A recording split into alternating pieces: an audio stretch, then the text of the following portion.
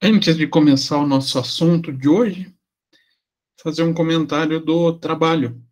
Recebi bem poucas equipes. Deixa eu compartilhar aqui com vocês a minha divisão.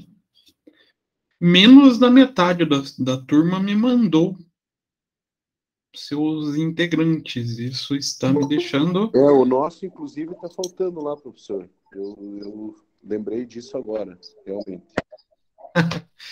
Então, por gentileza, me enviem. Se vocês olharem aqui, eu estou com a maior parte dos Professor, alunos. volta Diga, ali que eu quero ver uma coisa ali que eu quero te falar, que entrou uma pessoa com a gente ali, comigo, com a Luana. Você colocou a Luana comigo, né? Isso, tá aqui, ó. Tá, beleza. Então, o Guilherme Magalhães da Veiga. Isso, ele entrou junto com a gente. Tema 7. Por que equipe 1, professor? Você vai ser a primeira pessoa? Não, foi o primeiro e-mail que eu abri. Tá, que susto. O que importa mesmo é aqui. Esse é um tema muito complexo, professor. Eu tô procurando conteúdo relacionado a ele, mas só achei um artigo, não achei nada que é dentre tanto a não ser um artigo. Às vezes os artigos são os melhores. Até uma situação que eu comento em orientação. Aí é quando é TCC no formato de tanto de artigo quanto de monografia. E o pessoal me pergunta, tem livro para indicar? Eu falo, não, procure mais artigos, teses e dissertações, porque esses materiais são revisados, né? E o livro, muitas vezes, não passa por uma revisão sobre o conteúdo aplicado. Deixa eu organizar aqui. Pronto, agora ele está junto com vocês. Aí só peço, então, aos que não enviaram, me enviem para eu manter esse controle aqui. E assim que ele já tiver melhor organizado, eu passo para vocês no grupo de WhatsApp, para vocês acompanharem também. Beleza? Esse é o primeiro ponto para a gente destacar hoje.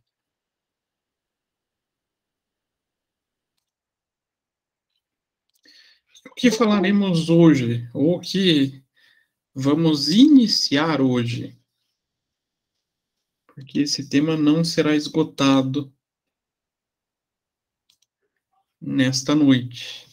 A gente vai falar um pouquinho das funções da administração aplicadas na administração pública.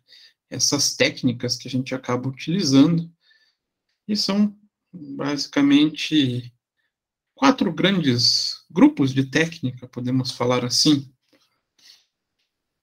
Então, para que a gestão pública possa ali ter os resultados esperados, o resultado que a gente busca como prestação de serviço à população, então, um serviço eficiente, eficaz, conseguindo levar essas atividades a toda a população, a gente sabe que precisa de organização, né? Concordam com isso? Algumas coisas até são mais fáceis e outras extremamente complexas. Assim como a gente pode pensar também a organização de uma empresa privada, né?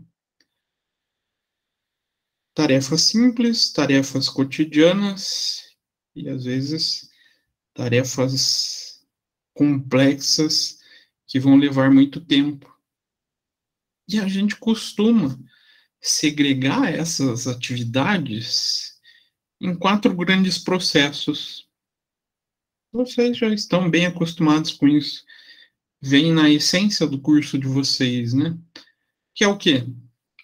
Planejamento, organização, execução e controle. É isso mesmo? Não? Talvez. Tudo é como diz o pessoal de direito, depende. Mas com essas 4 peças a gente consegue gerenciar tanto uma empresa privada quanto um ente público. Não sei se você chegou a ver, mas o Senado, não sei, acho que foi o Legislativo, não sei, algo assim da parte federal, abriu concurso para administrador e pediu essas competências em gestão de pessoas. Eu não lembro, mas pediu planejamento, recursos humanos, enfim, todas as etapas do curso, sabe? Para trabalhar como analista legislativo.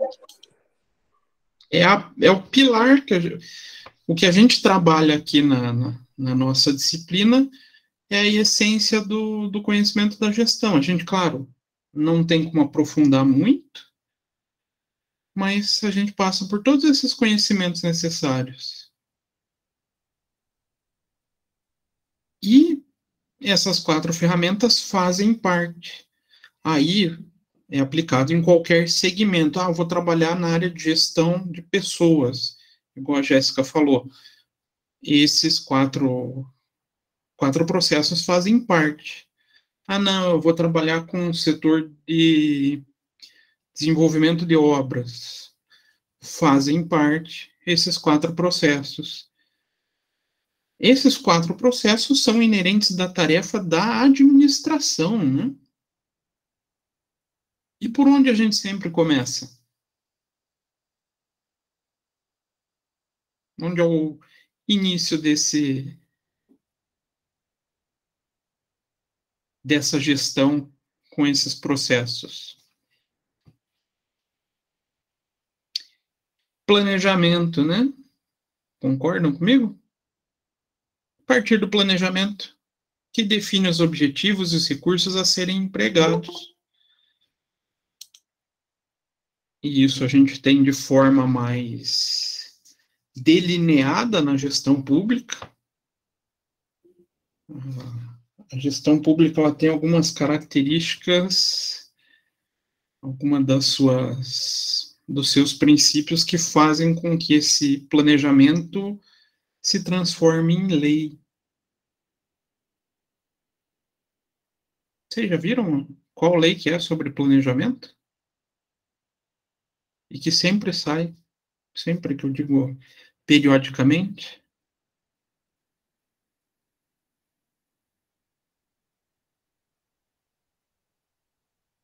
O tal do PPA.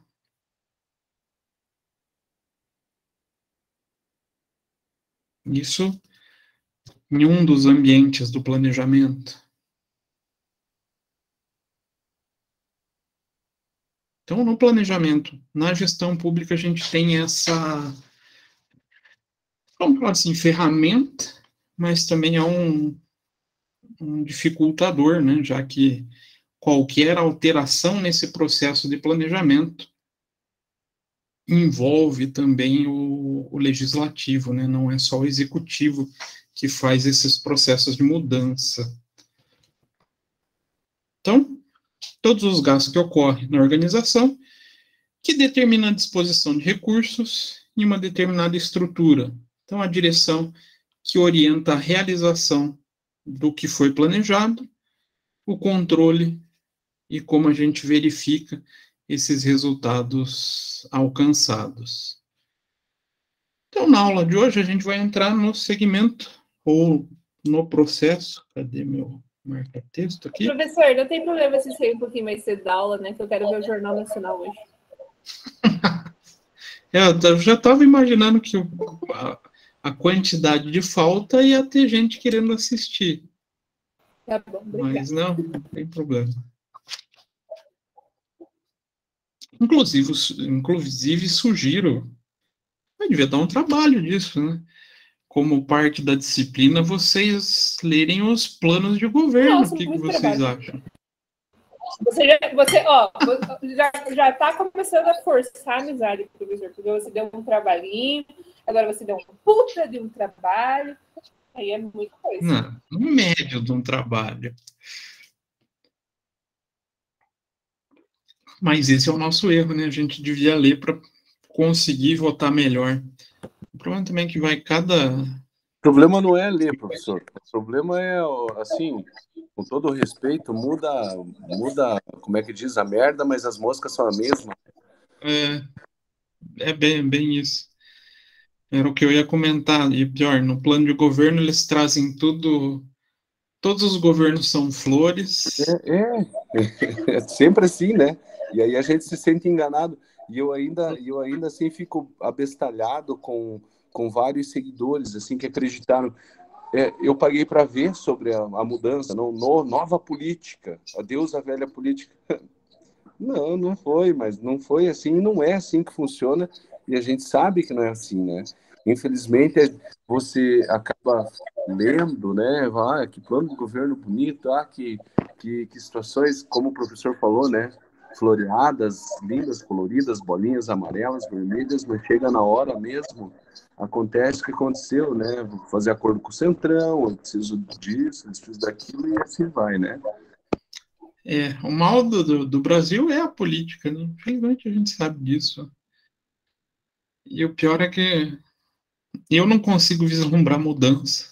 Eu também não. Eu vejo muita polarização, né? Ou você é A ou você é B. Não existe, assim, entre o universo preto e branco não existe cores, né? A política é preto e branco. Se você não é o A, você é o B. E se não é o B, ou é o A. Infelizmente. Mas então, voltando lá. Isso geraria um trabalho bem polêmico, professor. Se você quer Eu causar sei. debates, você pode fazer esse trabalho, solicitar, porque você vai trazer um debate, mas assim, tem que ser um debate saudável. Tipo, saber debater e saber que, tipo assim, é apenas conhecimentos de planejamentos e nada pessoal com ninguém. A ideia ali que eu falei é brincando só. É só uma cutucada assim no sentido, puxa, a gente deveria ler. Mas aí é aquela situação ali, a gente lê, na verdade nunca se concretiza. Plano de governo, plano na época de eleição é uma coisa muito complexa. Já o que a gente vai trabalhar aqui no ambiente de planejamento é interessante a gente conhecer e até como cidadão participar. Ah, professor, mas como assim participar? Sempre quando vão definir esses planejamentos, quando vão definir o PPA, existe a audiência pública. E eu vou citar aqui em Pinhais. Aqui em Pinhais tem mais ou menos 300, 400 mil habitantes. Olha, se foram 50 ou 60 no auditório para essa audiência pública, foi muito. E ali a gente está colocando no papel 4 anos de planejamento de uma cidade. Complexo, né? Felizmente, a política afasta a gente da gestão pública, né? Mas então, primeiro elemento, a primeira dessas 4 ferramentas que a gente vai trabalhar é o planejamento. Então, ela é a função da administração que estabelece os objetivos a serem atingidos. E também como fazer para alcançar esses determinados objetivos. Então, Matos escreve assim: se planejar é sinônimo de conduzir conscientemente, não existirá outra alternativa ao planejamento. Ou planejamos ou somos escravos de circunstâncias. Negar o planejamento é negar a possibilidade de escolher o futuro, ou aceitá-la, seja qual ele for. Concordam com isso? Até de maneira geral, não só para a área de gestão pública. Isso é uma verdade para todas as entidades, pública, privada? Ou a gente planeja, ou a gente vai estar sempre sendo conduzido à figura do acaso? Indo parar né, onde não deseja, falta de planejamento, né? Uhum. Isso acontece no Brasil, será? Quase nada. A grande maioria das entidades isso acontece. Por isso, na gestão pública, isso vem sendo disciplinado com algumas ferramentas que se tornam leis, né? E até o que a gente vai tratar especificamente dessas ferramentas daí na próxima aula. Quais os elementos que a gente utiliza nesse processo de gestão pública? Então, planejamento geralmente aparece como a primeira das funções, né? Daquelas 4 funções administrativas, ela vai ser a inicial, inclusive nos processos de revisão, né? Vocês sabem até melhor do que eu que esse ciclo, na verdade, esse ciclo eu já acabei falando, mas a sequência dessas funções, ela se torna um ciclo. A gente vai planejar, organizar, executar, controlar, verifica o que deu errado, passa para um novo ciclo de planejamento, e assim nós vamos conduzindo de maneira ordenada esse processo de gestão. Então, determinando previamente o que se deve fazer, quais são os objetivos que a gente busca alcançar,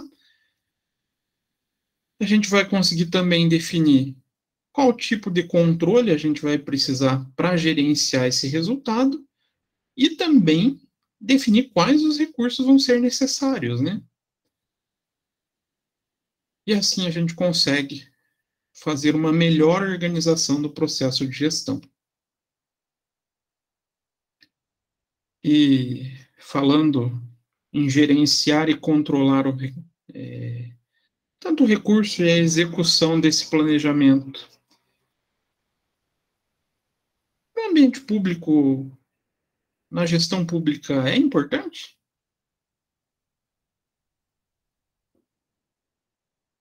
Talvez. Qual é a pergunta? Ó, pensem, a gente planeja, a gente desenvolver bons métodos de implementação, ou seja, execução e controle. É importante na gestão pública? Com toda certeza. Senão seria um auê, né? Cada um chega ali e fala o que bem entender, transforma aquilo e conforme bem entende. Só que tem que existir parâmetros, organização, processos para você conseguir chegar lá. Isso vale não só para a definição de leis, mas para qualquer processo. Inclusive com um agravante. A gente vai transformar isso em uma bagunça com o dinheiro público. Ah, professor, mas quando chegar no Tribunal de Contas vai estar sujeito a sanções. Vai. Mas já é tarde demais. Hein, professor, eu estava conversando sobre isso hoje lá na prefeitura, que foi implementado o PROSEC na pandemia, né? Uhum. Ele já existia, mas ele existia para uma coisinha ou outra, e agora eles estão implementando para demais departamentos. O que estava lá era meio que Secretaria de Finanças, agora eles estão incluindo outros, né? Aí a gente estava conversando porque uma pessoa chegou lá, tipo, reclamando que pegam o dinheiro público e não fazem nada funcionar, né? Só que o PROSEC, ele trouxe o PROSEC, que é o sistema, ele trouxe uma facilidade da pessoa, um contador, por exemplo, não precisar mais realizar a impressão de documentos, dele só simplesmente digitalizar e anexar, dele comprovar tudo ali, não precisar fazer tudo de uma maneira presencial, ficar lá perdendo tempo para conferência de documento, aí esperar a abertura desse protocolo. Não só o contador, como qualquer empresa também. Aí a gente estava conversando sobre isso porque as pessoas reclamam demais. Tudo bem, a plataforma ainda não está 100% perfeita. Mas foi uma coisa assim que demorou um tempinho, mas que saiu no momento de emergência e hoje funciona perfeitamente, que reduziu, tipo, de 100 atendimentos por dia, reduziu pela metade. Até todo mundo fala a pandemia foi ruim, e realmente foi ruim, a gente sabe, mas em algumas situações ele deu uma chacoalhada no mundo, né? Esses processos, aí vale para todas as esferas, eu vejo assim que prefeituras todas evoluíram, a situação do Estado também seguiu o mesmo caminho, Receita Federal, agora a gente não vê mais aquela fila, chega até, para quem é velho, você chega... que, na verdade, não tem nem atendimento mais da Receita, né? Eles estão evitando ao máximo de receber as pessoas lá. É assim, só aquele atendimento ultra específico que você não consegue mais fazer por protocolo. Então, são mudanças que foram necessárias da pandemia, mas que trazem uma melhor gestão. Isso envolve principalmente nos controles, né? Isso é muito, muito bom. Só foi uma situação que não existia um planejamento para aquele momento, né? A parte do planejamento ali foi um pouco quebrada. O plano era bem mais longo e acabou sendo urgente na pandemia, né? Então, o planejamento é uma função da administração que é tão importante que toda a legislação que a gente tem, eu também quero isso, que fale sobre a gestão pública, a administração pública, vai trazer esse papel, essa função.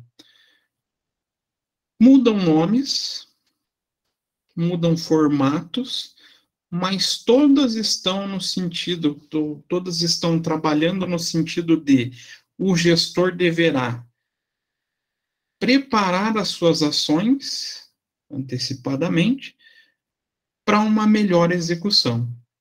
Então, a gente vai encontrar na legislação indicações sobre o próprio nome planejamento, nome de plano, que é o caso do plano plurianual, orçamento.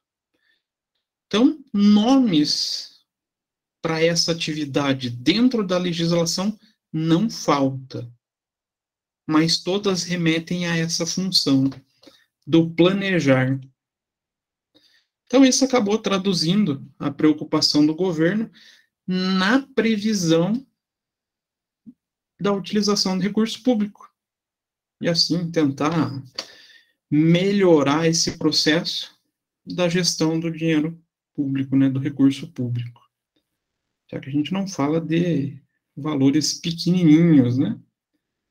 E mesmo assim a gente sabe que dá problema. Existem inúmeros apontamentos em tribunais de contas em relação à má gestão do recurso público. Aí, trazendo a segregação tradicional do planejamento para a administração, vocês devem já ter visto inúmeras vezes essa figurinha, né? Então, a hierarquia a gente costuma dividir em 3 principais tipos de planejamento. Planejamento estratégico, planejamento tático e planejamento operacional. O que é um planejamento estratégico? Não para o setor público, geral.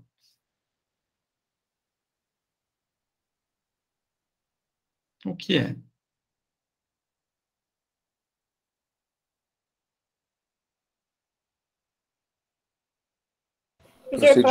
Objetivo. Vocês sempre resolvem falar junto. Pode falar, o estratégico é onde vai definir as estratégias para passar para o tático, aplicar no operacional. Aquela, falei merda. Acaba sendo. Isso também a gente pode revelar ou traduzir na questão de tempo e na questão de amplitude. Então, realmente, planejamento estratégico é aquele que a gente pensa em ações macro, aquelas grandes ações que geralmente são de longo prazo, não é? Aí, para poder colocar algo grande em prática, eu vou ter que dividir, né? E para acompanhar em um longo prazo, eu também vou ter que reduzir esses tempos de execução. Para isso, vem o planejamento tático. Então, aquelas atividades já segregadas em menor tamanho e de prazo mediano. Geralmente a gente costuma até utilizar um ano, né?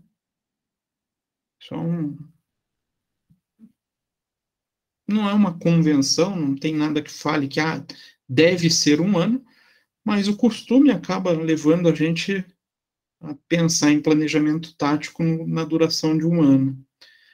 Isso no geral, porque para público daí ele fixa, a gente tem a definição para o ano mesmo. E o planejamento operacional? A execução das pequenas atividades.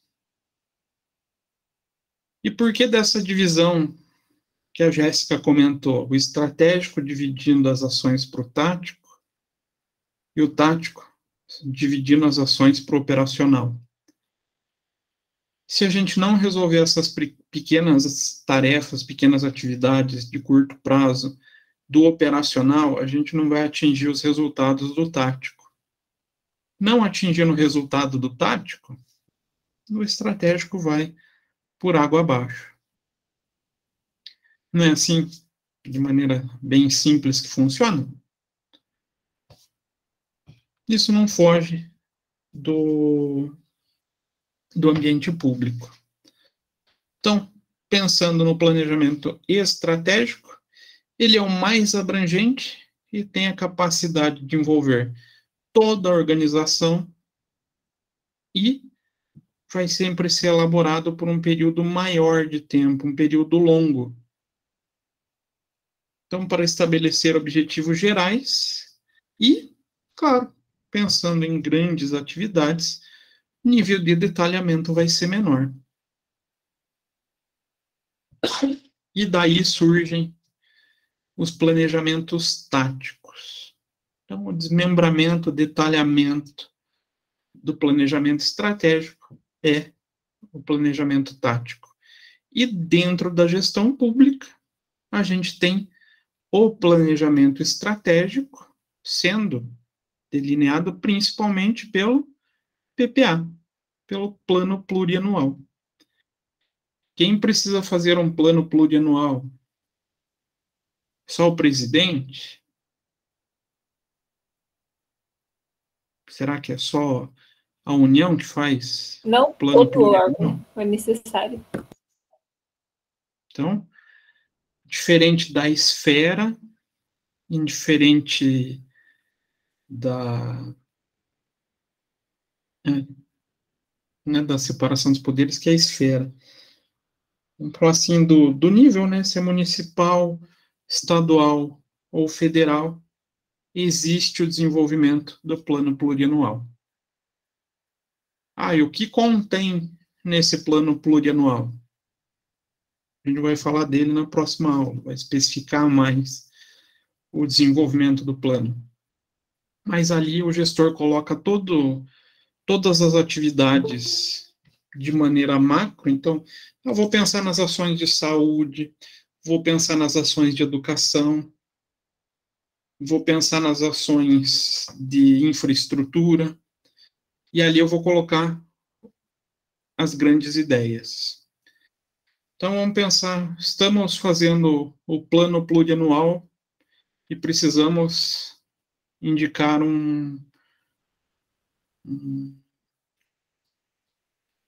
uma meta de saúde. O que seria uma meta de saúde para o longo prazo na gestão pública?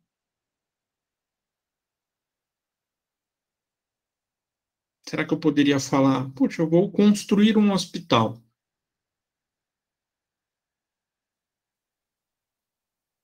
Isso é a longo prazo? Isso é. E dependendo do lugar, vai ser longuíssimo o prazo, né? Se for em Curitiba, por exemplo, vou terminar a linha verde. Aí, Pensei nisso agora, da linha verde. Não, só mais um aditivinho aqui, do ano que vem outro, 2030, mais aditivo. daí a gente tem uns 20 planos plurianuais para poder terminar a linha verde, né?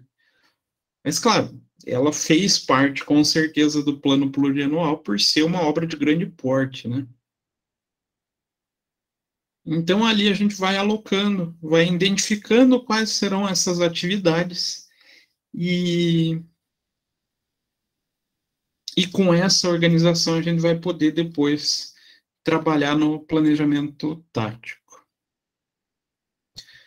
Então, pensando nesse desmembramento, né, nessas atividades do PPA, então, uma lei orçamentária elaborada no primeiro ano de mandato, com validade até o primeiro ano de mandato da próxima gestão. Assim, o chefe do Poder Executivo, no seu primeiro ano de mandato, ainda está cumprindo o plano da gestão anterior. Por que existe essa quebra? Por que eu, político eleito, não posso começar a minha gestão com os meus planos? Para que não haja uma quebra da gestão. É uma tentativa, né? Claro que todo mundo acaba sabotando um pouco isso, mas é uma tentativa de garantir a continuidade. Então, a gente Que é o que acontece, né? Quando um político inaugura a obra de início numa gestão anterior, ainda ele coloca o nome dele, né? o nome dele. Esses dias eu estava vendo numa praça em Santa Catarina, tem 5 placas de 5 prefeitos diferentes. Cada um inaugurou uma coisa lá e, assim, retiraram, por exemplo, a Academia Pública da Casa do Ar Livre. O cara inaugurou, hoje tem um parquinho de diversão lá para criança, que o outro inaugurou, foi lá, mas está lá a placa da... E tudo isso são sequências desses planos plurianuais. Então, provavelmente, nesses planos, essa praça era um empreendimento só, vamos falar assim. Só que vai passando de gestão para gestão, e claro, aí entra a área política, né? Na hora de inaugurar, todo mundo vai pôr o nome, né? Infelizmente, a gente sofre nessa situação política. Mas a gestão, ela acaba funcionando nessa tentativa de continuidade. Então, as etapas do planejamento estratégico, para obter êxito, então, nesse planejamento estratégico, a empresa deve seguir uma série de etapas, né? Que assegurem um processo coerente. E será que isso funciona também na área pública?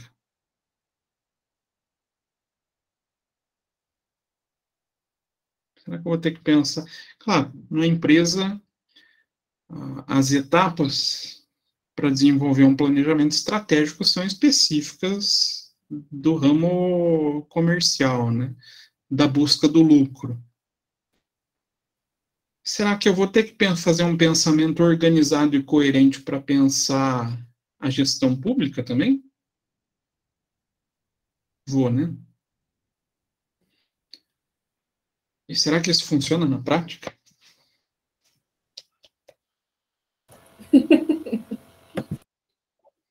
Vou jogar um pouquinho de problema para vocês, não querendo falar de política, mas é um reflexo da falta de coerência na elaboração do planejamento estratégico.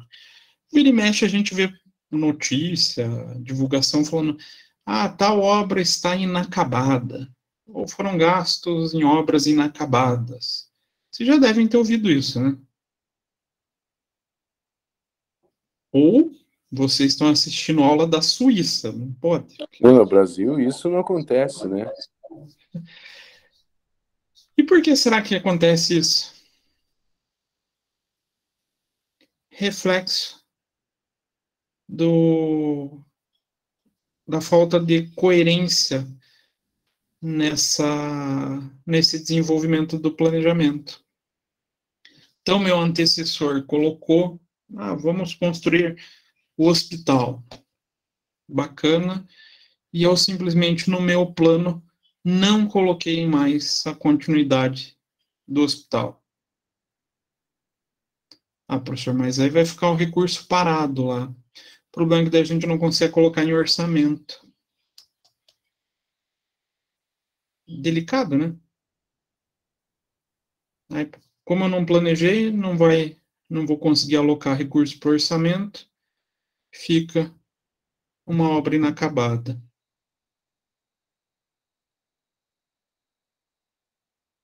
Má gestão pública, né? Então, considerando isso a partir da busca de uma situação atual para alcançar uma situação ideal, deve levar em consideração a conjuntura presente, os objetivos que se pretende atingir. Por que a conjuntura presente é importante? Eu a considero uma das mais importantes para esse planejamento. Conjuntura econômico-social em geral.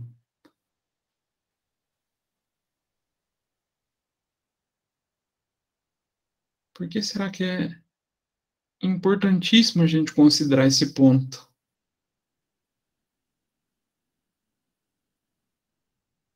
Preciso conhecer o cenário que essa população que eu estou fazendo a gestão necessita, as demandas dessa população. Sim. Preciso, né? O Rodrigo falou bem baixinho, sim, ali. Acho que o microfone está longe da boca, senhor. Então, se eu não conhecer o cenário social, não vou conseguir fazer um bom planejamento. Se eu não conhecer o cenário econômico, não vou conseguir fazer um bom planejamento. Preciso conhecer como está o ambiente da minha gestão.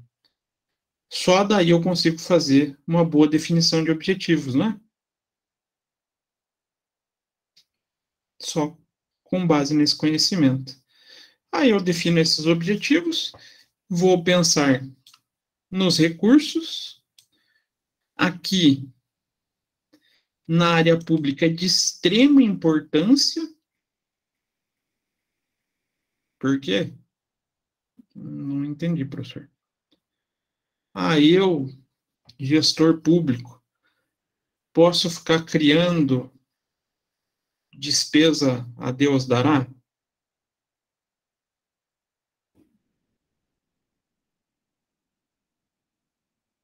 Tem uma leizinha que não deixa, né? Quem arrisca o nome dessa lei?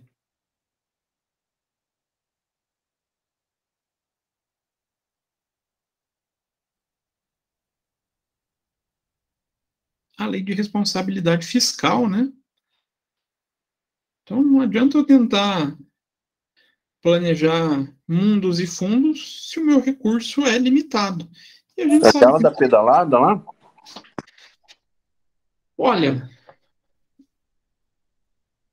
também acaba envolvendo pedaladas, mas a lei de responsabilidade fiscal, ela limita ali a relação de recurso e aplicação, né?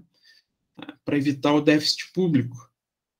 Só que a gente tem uma dificuldade muito grande na gestão da origem do recurso. Como assim, professor? E será que eu posso...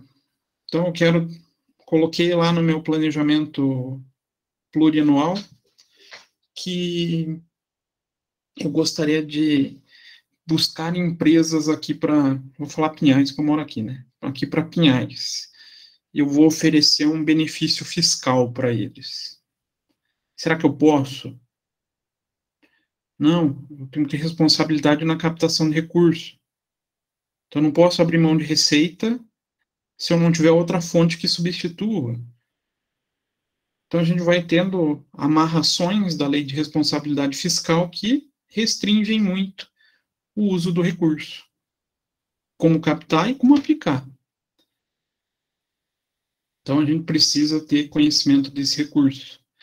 A gente também precisa conhecer o ambiente que a gente se encontra e a estratégia que será adotada para executar a mudança. E as formas de mensuração e controles de resultado e outras etapas posteriores, lembrando que esse planejamento é um ciclo, né? Então, dentro da administração pública, o planejamento estratégico é uma das principais peças, e se não for a principal. Só que a gente não pode confundir uma situação. O planejamento estratégico e a administração estratégica. Como assim, professor? O planejamento estratégico é uma peça, uma ferramenta. A administração estratégica é a gestão. Então, eu posso pensar em administração sem planejamento estratégico. Não vai funcionar, mas posso. Mas a gente não pode pensar que o planejamento estratégico mantém a administração estratégica. Então, planejamento é só uma parte da administração estratégica. Para a administração estratégica funcionar, a gente precisa daquelas 4 funções, que eu já esqueci, eu só lembro do planejamento. Quais são mesmo? Planejamento.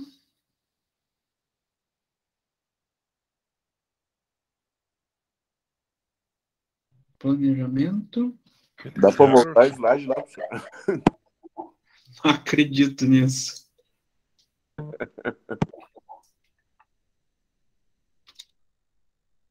Planejamento. Organização, execução. Organização, execução, e está faltando um só, começa com C. Controlar. Controle. 4 funções para o funcionamento da administração estratégica, né? Agora, planejamento tático. Então, é o planejamento de médio prazo, geralmente de 1 ano. Para a área pública funciona muito bem essa figura de 1 ano e caracteriza em definição de metas, vamos falar assim, por departamento. Então, a gente procura adequar e receber a orientação do planejamento estratégico e o nível de detalhamento acaba sendo maior. Dentro da administração pública, a gente tem 2 principais ferramentas na utilização ou na gestão desse planejamento estratégico. Quais são? Lei de diretrizes orçamentárias, a gente vai falar também na próxima aula. Então, PPA, LOA, LDA, LDO, próxima aula, a gente vai abordar eles em específico, né? As ferramentas desse planejamento. Então, a LDO e a Lei de Orçamento Anual funcionam como ferramentas de gestão do planejamento tático. Funciona mesmo, será?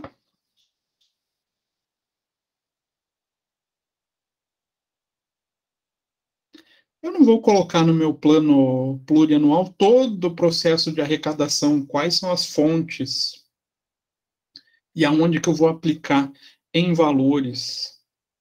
Isso vai vir aqui para a Lei de Orçamento Anual. E a Lei de Diretrizes Orçamentárias vai ser baseado no PPA. Como que eu vou fazer essa aplicação? Vai definir as diretrizes para o orçamento anual.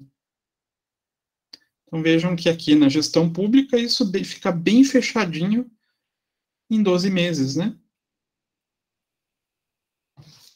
apesar que não existe.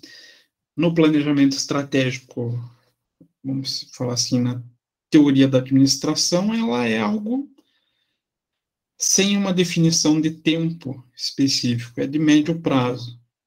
Para a gestão pública ficou fechado aqui no Brasil, que é 12 meses.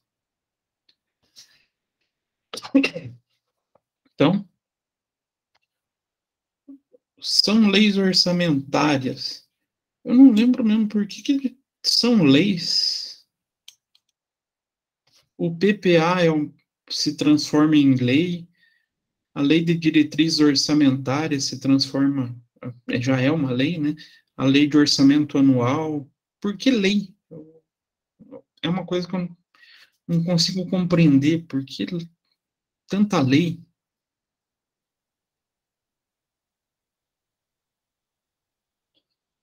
Uma pergunta de prova. Tem relação com o princípio, não tem? E que, na esfera pública, difere um pouco do ambiente privado. Alguém conseguiu lembrar?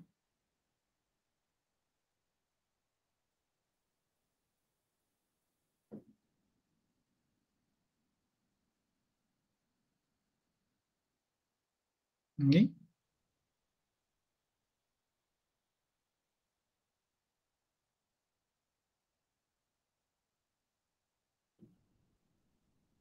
Que silêncio.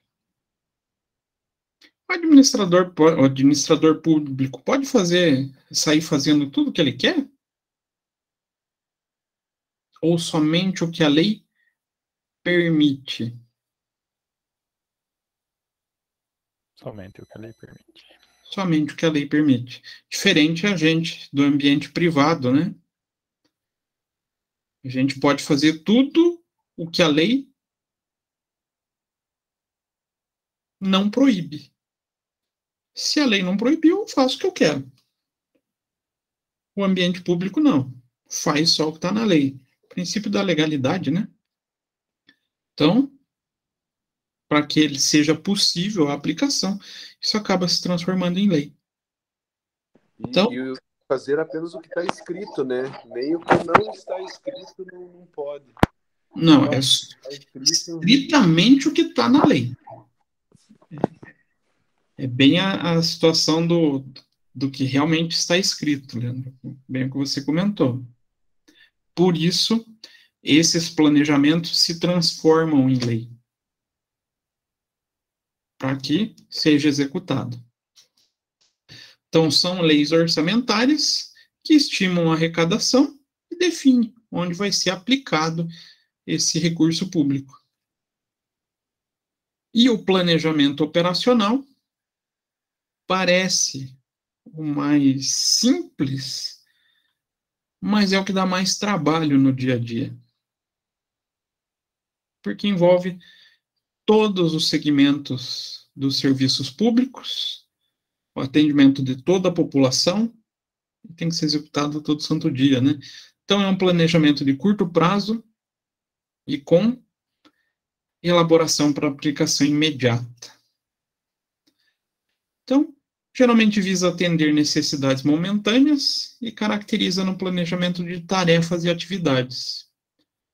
Puxa, então eu tenho ali um plano tático para um ano e daquele um ano eu vou ter que dividir minhas tarefas diárias, semanais, para que a gestão pública funcione. Uma empresa até, dependendo do porte, se torna até um pouco mais simples. Mas será que na esfera pública isso é simples? Então, vocês estão ali na gestão da saúde pública. Vocês controlarem o estoque de medicamento de todos os postos de saúde. Será que vai ser uma tarefa simples?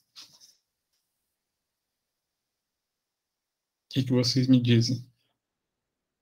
Não. Não, isso vai exigir muita questão de organização, não só organização assim no sentido de secretarias, né, que vão definir como isso vai ser distribuído, a quantidade, unidade, enfim.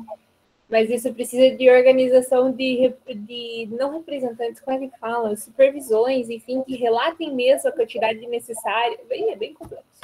Uhum.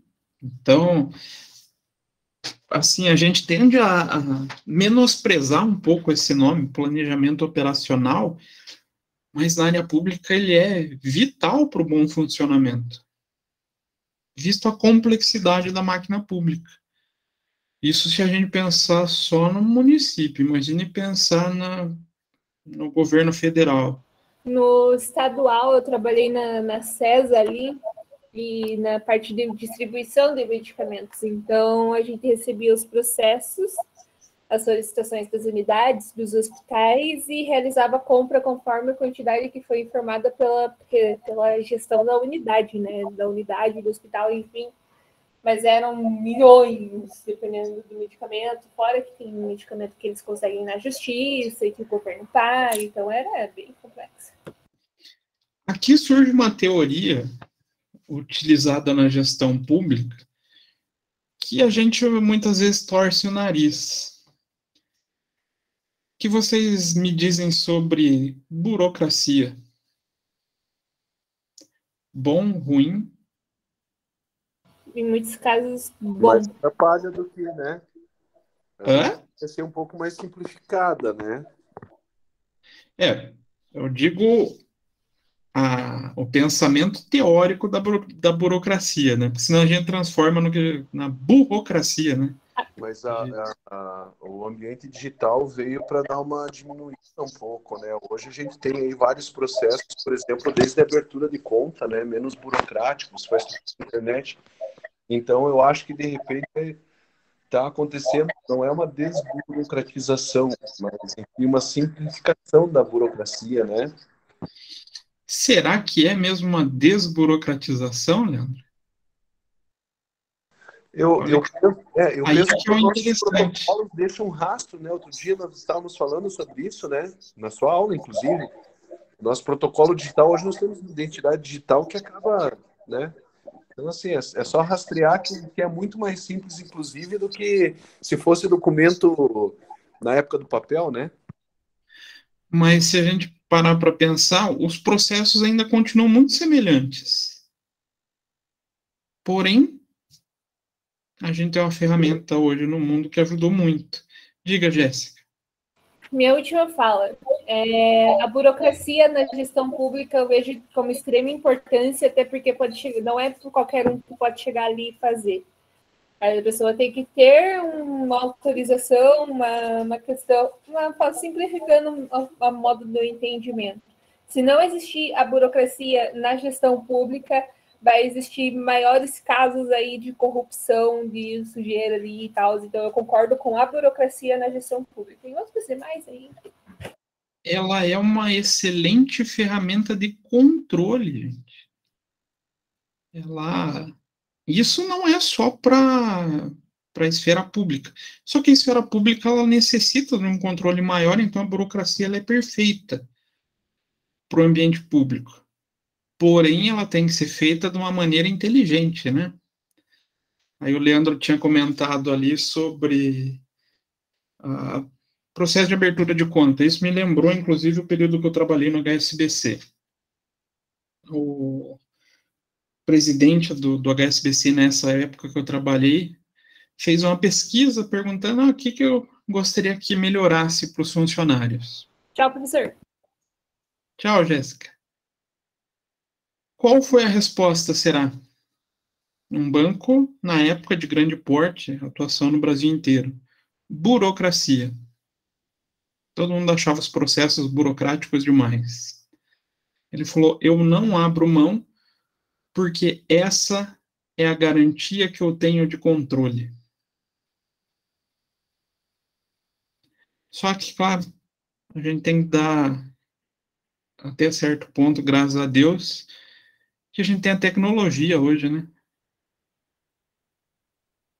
Então, o Leandro falou ali, o abrir conta, será que ficou menos burocrático, Leandro?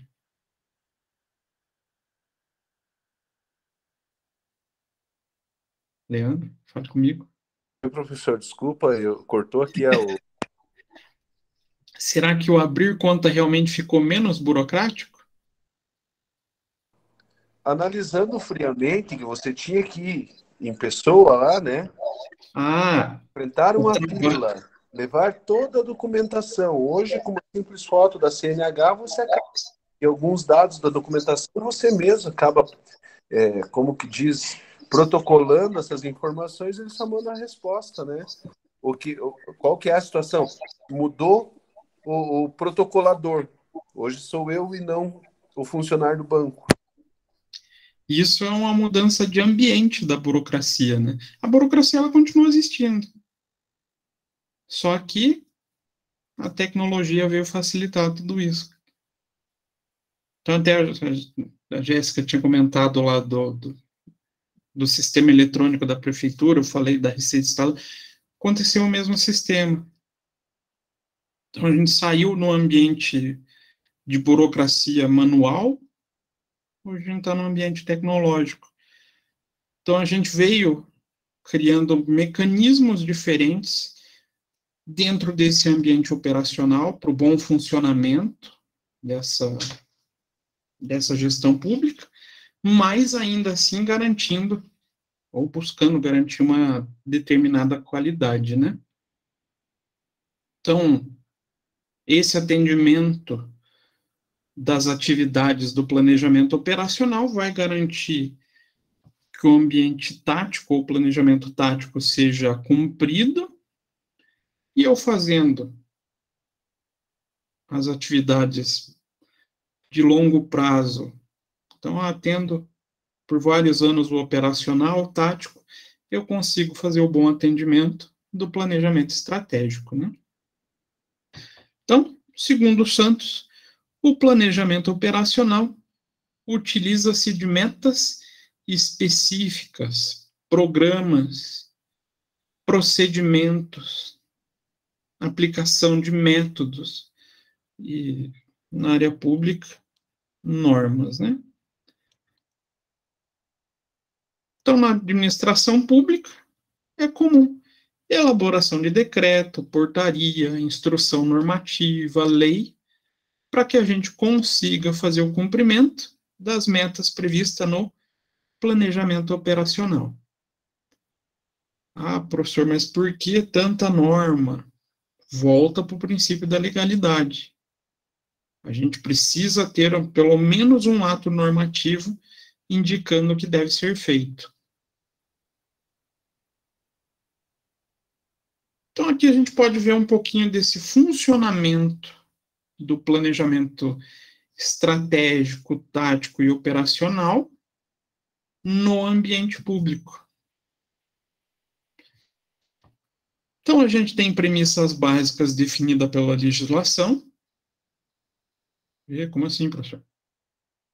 A gente tem um mínimo para ser aplicado em saúde, um mínimo para ser aplicado em educação. A gente tem norteadores desse planejamento e com ele a gente começa a fazer objetivos gerais, traçar objetivos gerais para minha gestão. Faço uma análise do ambiente, aí vai entrar diagnósticos relacionados a esse ambiente que eu vou fazer a gestão, verificação de cenário, definição de estimativas, claro, vai ter políticas a serem implantadas, até que eu comentei lá do plano de governo, né? Objetivos setoriais para serem escutados e discutidos. Com isso, a gente consegue fazer uma definição de planejamento estratégico. Surge naquele momento o plano plurianual. Ele, ou todos eles, já vão trazer procedimentos para adoção, né, para o bom funcionamento, mas o planejamento estratégico, o PPA, vai fazer a indicação do planejamento tático. Então, a lei de diretrizes orçamentárias, a gente faz ali para um ano. A LOA, ela pode ser também no planejamento tático, mas como ela envolve recurso, aplicação de recurso, também a gente traz para o operacional, os gastos da atividade rotineira. Definimos como vai ser de médio prazo e longo prazo. Também fazemos a definição dos programas e projetos a serem implementados. Pode falar, Leandro. Sobre essa situação onde tem dinheiro público, ele precisa ter toda essa situação. Outro dia, o professor usou aí uma verba, por exemplo, para Santa Casa. Ele deve ter todo esse como que eu digo aqui, todo esse passo a passo aqui. Também tem que ser apresentado. Também. Mas eu fiz isso, eu destinei essa verba e não estava previsto nem na LOA, nem na LDO. Vai parar no Tribunal de Contas. O Tribunal de Contas vai pedir explicação.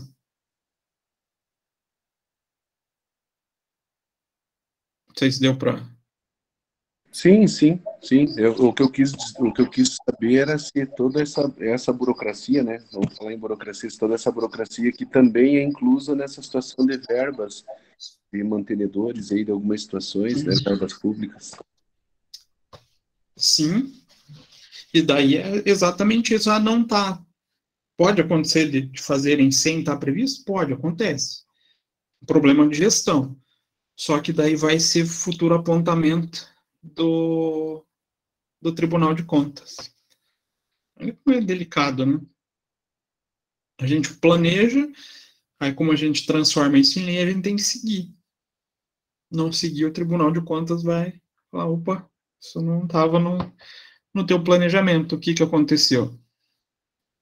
Aí tem várias sanções possíveis, né? E o que pode interferir, ou o que a gente deve levar em consideração na figura dos planejamentos? Vamos falar, são 4 os principais fatores. 2 deles, a gente tem aqui fatores internos. Então, conhecer a estrutura da organização, recurso financeiro disponível, qualidade e quantidade dos funcionários, históricos anteriores. Eu particularmente, até como contador, né, eu gosto muito de conhecer o passado das instituições através de seus números, a prioridade dos objetivos, preciso conhecer qual o meu ambiente de gestão. Vocês conhecem bem essa figura dos fatores internos, né? E tem peculiaridades? Tem. Recurso financeiro. É muito mais complexo de ampliar a captação de recurso do que uma empresa privada. A gente não pode sair contratando empréstimo, a gente não tem como aumentar a receita tão fácil.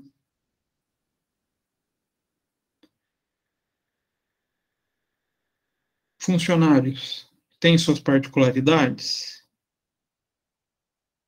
O maior, né, é a mais diversa, né? Peculiaridade é o capital humano. E no ambiente público isso ainda vira um baita problema, né? Porque às vezes o funcionário que está sobre a minha gestão simpatizava com o outro candidato, com o gestor A ou com o gestor B. Tudo isso eu tenho que levar em conta, né? E fatores externos? Legislação, que também é algo bem farto no Brasil, né? Política econômica, que está vigorando tanto no país quanto na minha região. Condição social da população. Expectativas da população. Reivindicações da comunidade.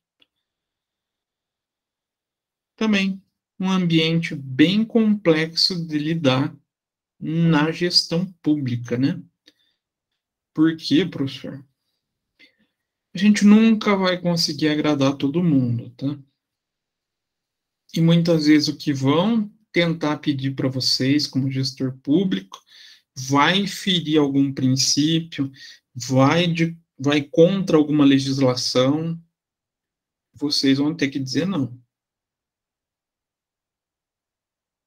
Sem contar que esses fatores externos esbarram nos internos ali, né, diretamente, o recurso financeiro, por exemplo, né? Sim. Então, como é que eu vou atender uma expectativa? Vou falar aqui de Pinhais de volta. Até porque que eu falei do hospital, que aqui a gente tem a promessa do hospital, mas não sai do papel. Mas da onde vai vir recurso? Da onde vai tirar dinheiro para isso? Mas eu, como aí na figura de cidadão, poxa, eu quero um hospital no meu município. Mas eu tenho que ver também o que está acontecendo lá dentro.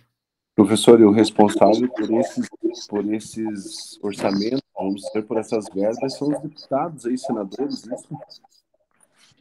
Vereadores também. Eles é que têm o poder aqui, não. Na lei do orçamento anual. E eles podem mudar também, né?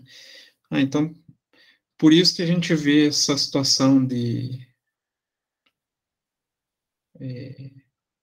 negociação com inúmeras frentes políticas, né? Porque senão também a pessoa não consegue fazer uma gestão. O Brasil, né? O Brasil é algo complexo. E outros dois fatores importantes no ambiente do planejamento público é que existem fatores incontroláveis, então são elementos que não têm uma causa direta e localizável. Então, exemplo, crescimento da população. A gente tem controle sobre isso? A não ser que vocês estejam gerindo a Coreia do Norte, não vai ter, né? Posso trabalhar esse controle com políticas públicas? Posso, mas ele não é controlável. O ambiente político é controlável? De maneira legal. Vamos frisar esse ponto, de maneira legal. É controlável? Não, né? Não. Dá um jeito de criar mecanismos lá dentro, né? Legal. Mas não é nem o mais legal e nem o mais ético. Pressão social é controlável? Também não. Posso ter ações para tentar exercer determinado controle, mas ele nunca vai estar sobre o nosso controle. Então, crescimento da população, pressão social, eu faço controle através de políticas públicas. E o ambiente político através das relações políticas efetivamente. Que não é nada simples, né? E a gente tem fatores controláveis. São os elementos sobre os quais a organização tem algum controle através da decisão de seus administradores. Então, processos de pesquisa, localização de edifícios, relações organizacionais, fatores onde a forma com que o gerente, esse gestor público atua, permite com que eu exerça o controle sobre esse fator. Mas nenhum é plenamente controlável, né? Sempre está sujeito a algum desvio. Se vocês pararem para pensar, nem a nossa vida é controlável, né?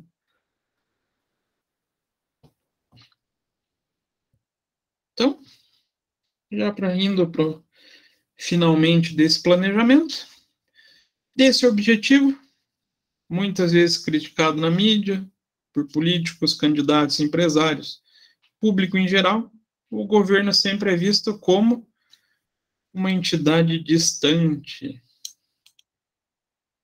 que suga o recurso do povo. Não é essa visão que a gente tem? A gente que está fora desse tema. Constatado, né? Não é só constatação, né? Só que aí a gente precisa também entrar vamos falar assim, ter um pouquinho de empatia. Será que ele consegue atender tudo? O problema é que aqui no Brasil a gente vê muito fator antiético, né? Mas a gente sabe que não é possível fazer tudo que a gente gostaria. Então, na verdade, o governo é uma entidade que controla, coleta recursos através do imposto por parte de parte da população e transfere esse recurso através de seus serviços públicos, passando para outra parte da população. Só que esse recurso é escasso.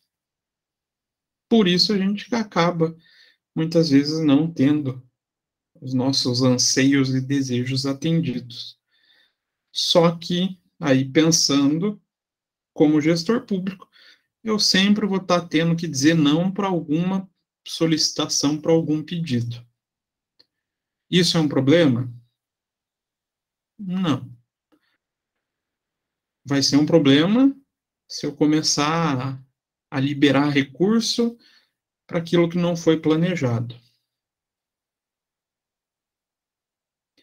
Então, os objetivos de toda política orçamentária é corrigir falhas de mercado e distorções, mantendo uma determinada estabilidade e tentando fazer uma melhor distribuição de renda e alocação de recursos. Como que a gente distribui renda? Políticas de desenvolvimento social e geração de empregos. Como que eu vou também distribuir recurso pensando em saúde, melhor atendimento da população de baixa renda? Ou atender, né? Porque, infelizmente, muita gente não é nem atendido. Na educação, como é que eu vou fazer essa distribuição de renda de maneira de longo prazo? A educação de qualidade. Processos a serem desenvolvidos dentro desse planejamento se tornam esses objetivos dentro desse planejamento. E, claro, objetivos que vão estar tanto no planejamento estratégico, tanto no tático, assim como no operacional. Então, o orçamento tem a função também de regular o mercado, coibir abusos, reduzir falha de mercado e também falhas externas. Então, fatores adversos causados pela produção, como poluição, problema urbano.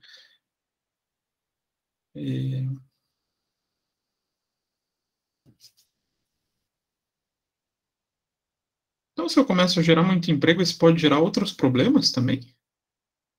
Se eu começo a desenvolver a economia da minha região, começa a gerar falha de mercado, né? E eu vou ter que sempre estar pensando nessas novas necessidades e sempre vou estar tendo que sanar essas novas distorções e manter a regularidade desse meu ambiente público. Então, eu nunca vou conseguir um ambiente de gestão pública perfeito? Não. Infelizmente, não, né? Então, o orçamento público funciona como um balizador da economia e se há elementos para elevados investimentos do governo, provavelmente o número de emprego vai aumentar e a renda agregada vai aumentar. Porém, outros problemas vão surgindo. Então, se eu tenho um orçamento restrito em investimento, começo a ter problema de desemprego, desaceleração da economia, decréscimo do PIB. Puxa, então o orçamento vai ter que ser sempre muito bem controlado.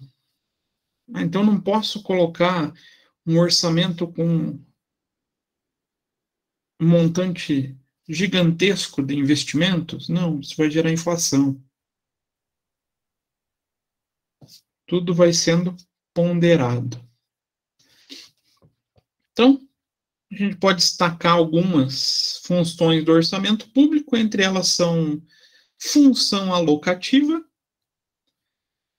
é uma oferta de bens e serviços públicos que seriam oferecidos pelo mercado ou seriam em condições ineficientes, além de criar condições para que os bens privados sejam oferecidos no mercado por investimentos ou por intervenções, corrigir imperfeições no sistema de mercado ou mesmo corrigir os efeitos negativos da produção. Outra função, distributiva. Então, busca aqui tornar a sociedade igualitária. Então, tornar a sociedade menos desigual em termos de renda e riqueza. Além da tributação e transferência financeira, subsídios, incentivos fiscais, alocação de recursos de cada camada, então de camadas superiores para camadas inferiores, assim trazendo uma distribuição de riqueza. Então, nesse ponto aqui, encontrar o equilíbrio é bem complexo, né? O que vocês acham? Vai existir algum dia equilíbrio na distribuição de riqueza?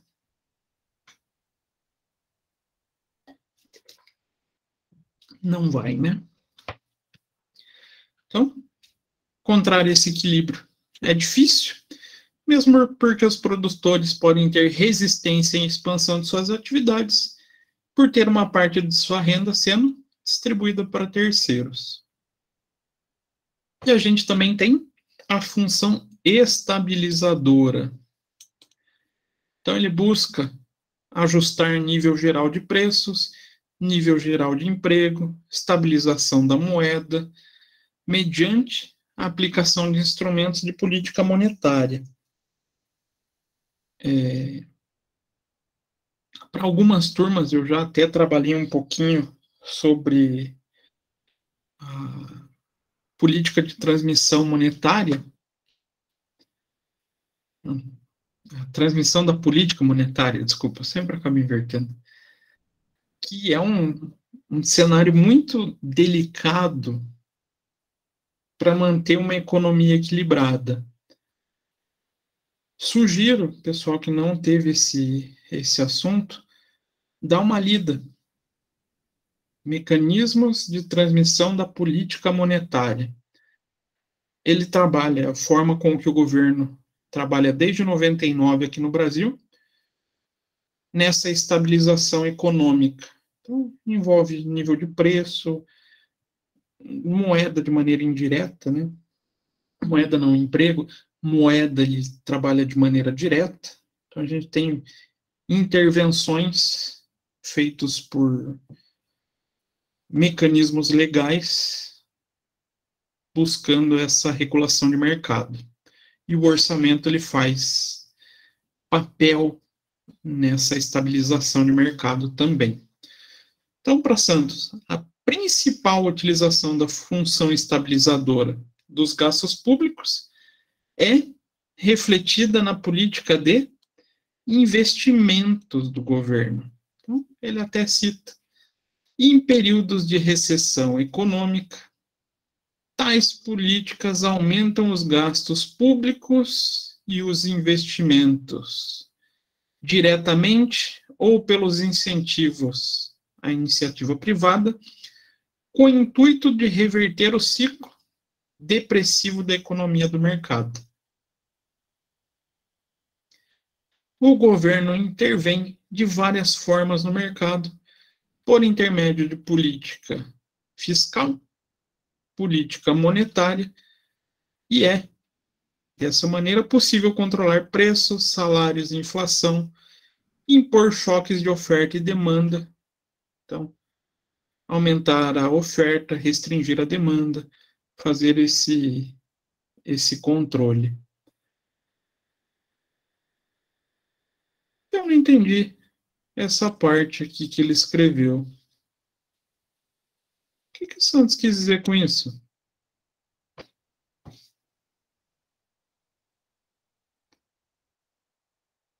Então quer dizer que se a economia está ruim, eu posso usar, dentro dessa função estabilizadora, políticas de investimento?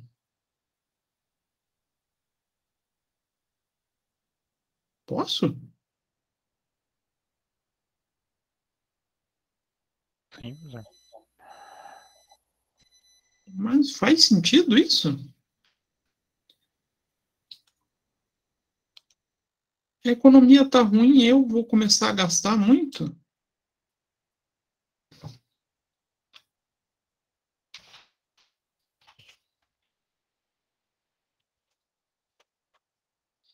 Se for um incentivo ao gasto, né? Não simplesmente dinheiro dado, pelo menos na minha opinião.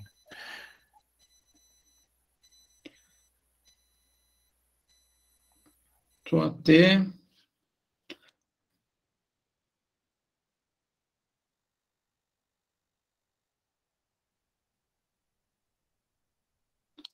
buscando aqui algumas notícias que refletem bem isso. Aqui. Plano Biden vai injetar 1,9 trilhão na economia. Como que ele vai fazer isso? Na sua forma principal.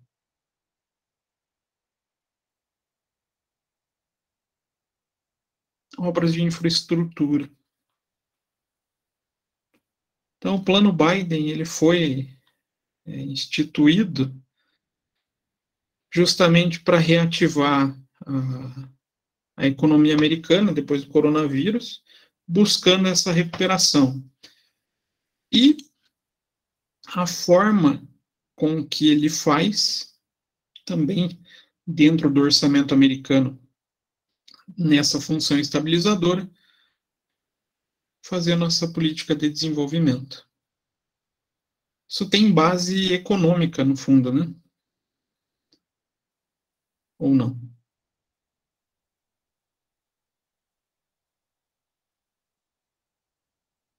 Sim, não, talvez.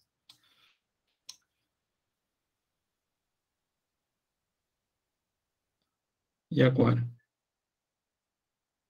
Vocês fugiram da aula de economia.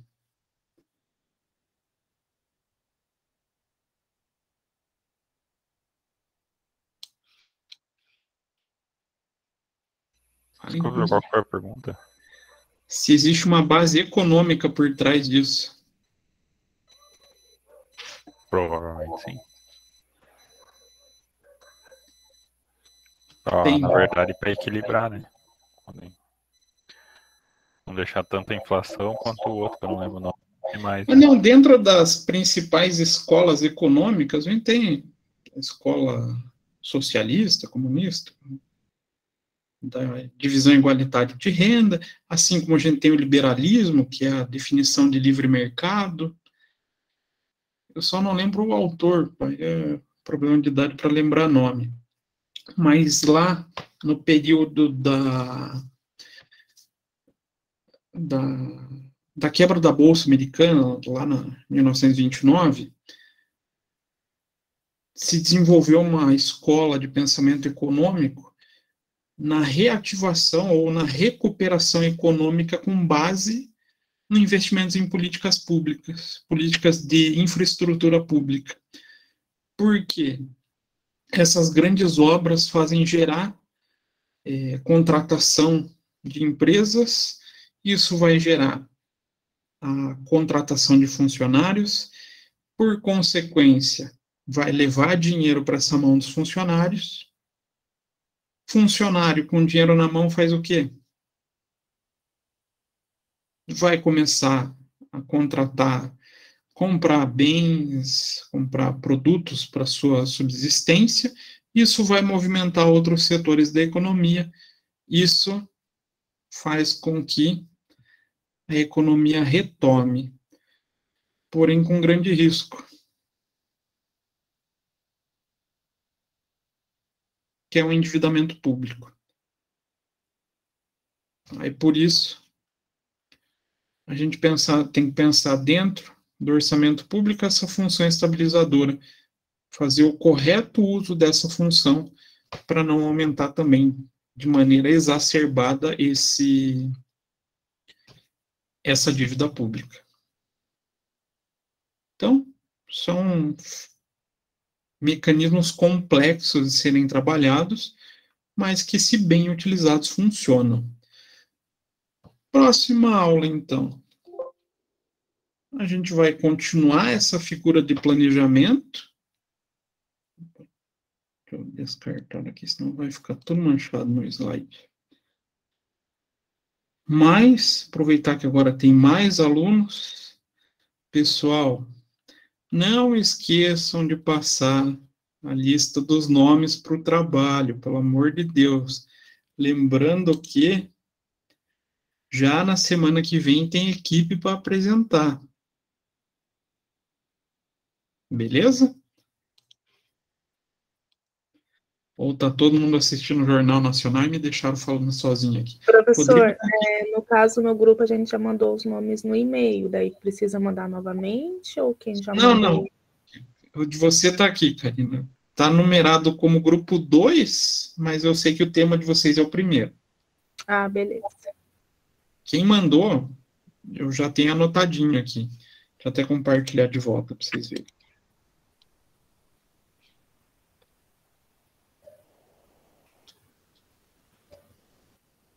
Aqui, ó. O pessoal que já me mandou está anotado aqui. Quem é a equipe, qual o tema. Mas eu tenho uma quantidade bem grande de alunos ainda que não me mandou nada. Isso daí me deixa um pouquinho apreensivo, um pouquinho preocupado. Então, não esqueçam. E mandem no meu e-mail do trabalho, tá? Professor, daí só recapitulando, o resumo e os slides é para mandar para o seu e-mail. Ou você vai abrir um ícone no AVA? Manda no meu e-mail. Ah, beleza. Sobre a aula de hoje, gente, alguma dúvida? Bate-papo de hoje? Não. É um pouquinho delicado, né? A gente fala do planejamento, aqui a gente só tem como fazer uma pincelada.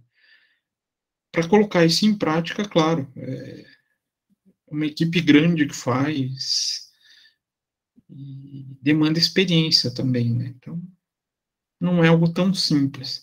Mas é bom que a gente conheça essas ferramentas, né? Tem que conhecer do funcionamento dessa máquina pública. Então, se todo mundo está em silêncio, é porque não deve ter dúvida, né? O Rodrigo confirmou que ele não tem, mas não existindo dúvidas, a gente termina por aqui. Beleza, senhor. Obrigado e boa noite. Boa noite, professor. Boa noite, Regina. Boa Boa noite. noite, professor. Boa noite, Karina. Boa noite, Bianca. Boa noite, professor. Boa noite, Camille.